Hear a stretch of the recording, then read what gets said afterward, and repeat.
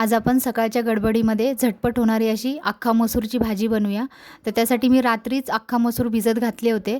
आता मी एक मोठा कांदा आणि एक टोमॅटो बारीक चिरून घेतलेला आहे। फोडणीसाठी कढईमध्ये तेल गरम केले, त्यामध्ये राई, जिरे, हिंग, कढीपत्त्याची फोडणी करून घेतली आहे। आता यामध्ये बारीक चिरलेला कांदा घालायचा आहे आणि गुलाबी रंगावरती बारीक गॅसवरती परतून घ्यायचा आहे। बारीक चिरलेला टोमॅटो घालायचा आहे आणि 2 मिनिटं बारीक गॅसवरती परतून घ्यायचा आहे।